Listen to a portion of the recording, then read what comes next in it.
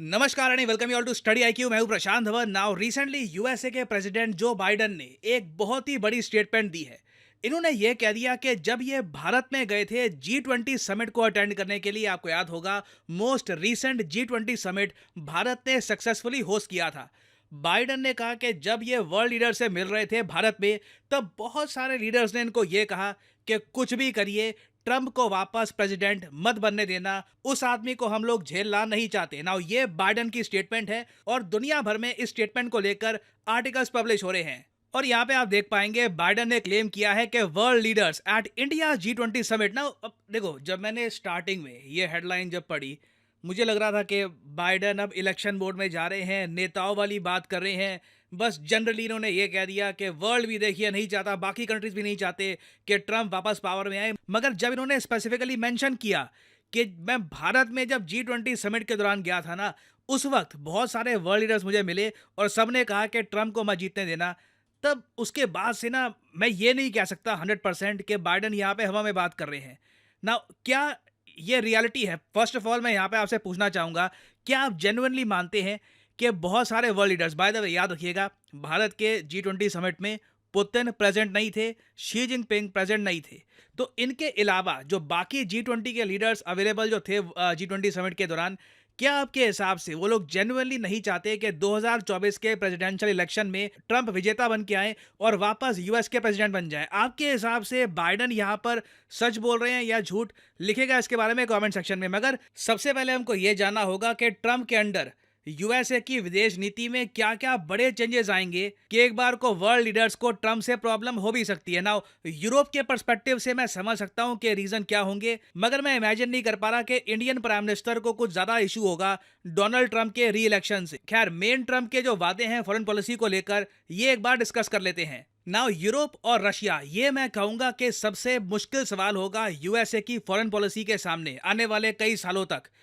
Trump ने recently अपने एक स्पीच के दौरान में ये कह दिया कि जब मैं पावर में था तब मुझसे एक यूरोप के लीडर ने पूछा कि अगर हम नेटो में अपने शेयर का पैसा ना दे, मतलब कि जो मिलिट्री स्पेंडिंग हमको करनी चाहिए अपनी जीडीपी के हिसाब से, जितना पैसा हमको डिफेंस में खर्चना चाहिए, अगर हम नहीं खर्चते, मान लो हाइपोथेटिकली स्पीकिंग, और उसके बाद पुतिन हमको अटैक कर देता है, तब भी आप हमारी रक्षा करने आओगे? अब यहाँ पे आप सुनिए ट्रंप ने क्या जवाब दिया। 28 सेकंड की वीडियो है, बहुत इंपॉर्टेंट है। यहाँ पे आप समझ पाओगे कि क्यों यूरोप के बड़े बड़े लीडर्स, इनके जो डिप्लोमेट्स हैं, जो इनके फॉरेन पॉलिसी के एनालिस्ट हैं, सब कह रहे हैं कि प्लानिंग करके रख लो, ट्रंप अगर पावर में आ गया तो इससे पहले कि वो नेटो को डिस्ट्रॉय कर ले, खुद ही नेटो छोड़ देना और खुद यूरोप का एक सिक्योरिटी ग्रुप हम लोग फॉर्म कर लेंगे। क्योंकि ट्रंप जब यूएस को लीड कर रहे होंगे, उस टाइम यूएसए पर भरोसा ये लोग नहीं कर पाएंगे। ना ये जो क्लिप है ये आप देखिए। They asked me that question. One of the presidents of a big country stood up and said, well, sir, if we don't pay and we're attacked by Russia, will you protect us? I said, you didn't pay? You're delinquent? He said, yes, let's say that happened. No, I would not protect you. In fact, I would encourage them to do whatever the hell they want. You got to pay. You got to pay your bills. अब ये बहुत बड़ी statement है।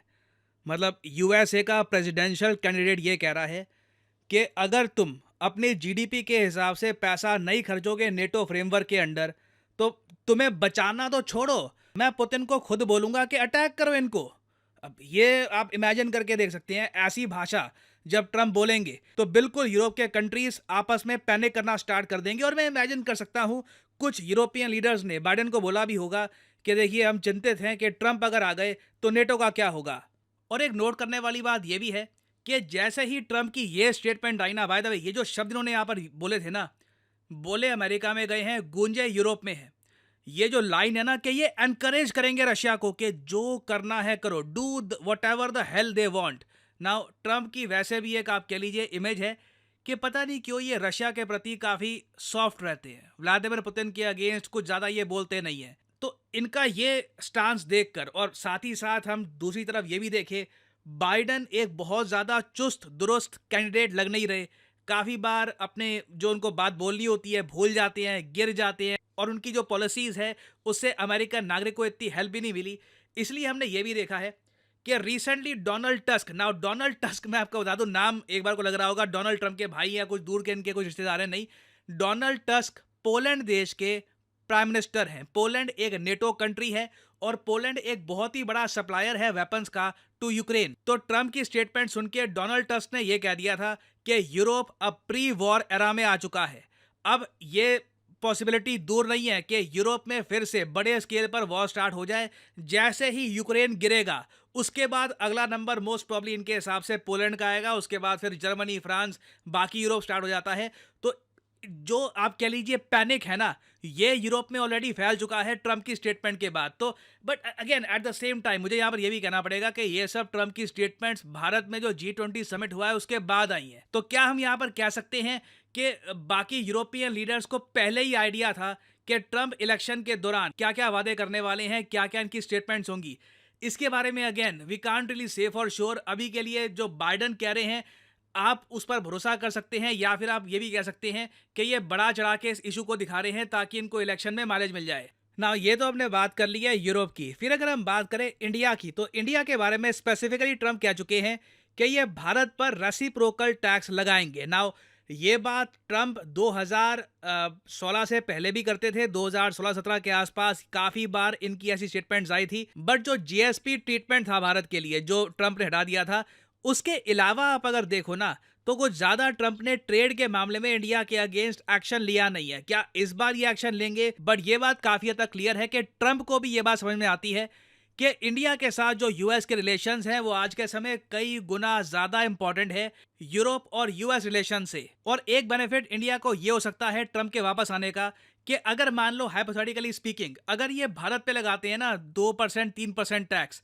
तो China पे उससे 100 गुना ज्यादा tax लगा देंगे, टैरिफ्स लगा देंगे, जिससे और ज्यादा अमेरिकन कंपनीज इंडिया की तरफ आएंगी। याद रखिएगा ये ट्रम्प की ट्रेड वॉर ही थी जिसने ये पूरा प्रोसेस स्टार्ट किया कि एप्पल अब इंडिया में मैन्युफैक्चरिंग कर रहा है। कई अमेरिकन कंपनीज हैं वो वियतनाम, इंडिया को देख रही है एज मैन्युफैक्चरिंग हब्स। बाइडन ने उसको लेकर कुछ ज्यादा आगे एस्केलेशन करी नहीं है। बाइडन ने बीच में कोशिश भी करी थी शी जिनपिंग से बातचीत करने की, बट वो डोनाल्ड ट्रम्प थे जिनके अंडर यूएस चाइना रिलेशंस को सबसे ज्यादा झटका लगा था। और फिर अगर मैं पूरी दुनिया की बात करूं तो एक चीज को लेकर दुनिया भर के वर्ल्ड लीडर चिंतित होंगे और वो है क्लाइमेट चेंज।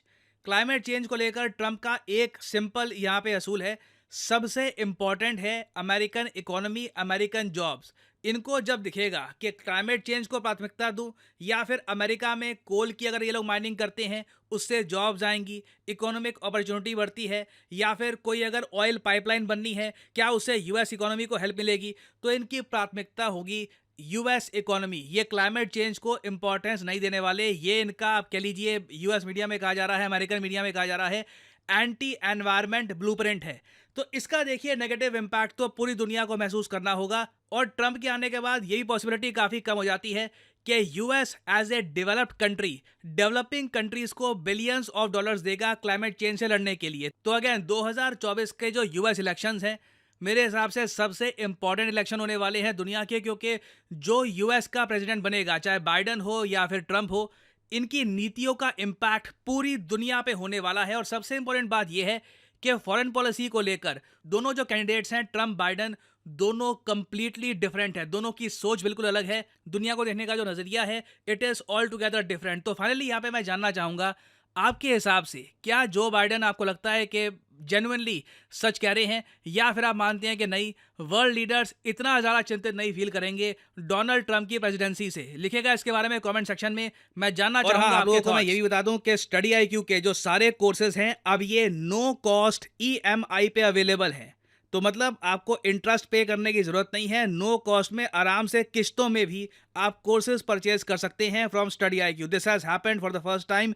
यहाँ पे आप देख पाओगे कमेंट सेक्शन में आपको लिंक मिल जाएगा, इस लिंक पर करिए क्लिक और यहाँ पे आपके सामने स्टडी IQ की जो वेबसाइट है, या फिर आप अगर मोबाइल फ़ोन पे हैं तो आप ऐप भी डाउनलोड कर सकते हैं स्टडी IQ की, ये आपको ओपन हो जाएगी और आप वेरियस कोर्सेज जो है स्टडी IQ के ये परचेज कर सकते हैं।